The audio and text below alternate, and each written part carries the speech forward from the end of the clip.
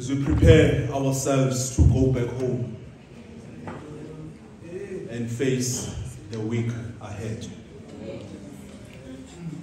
sifunda incwadi ezimbili.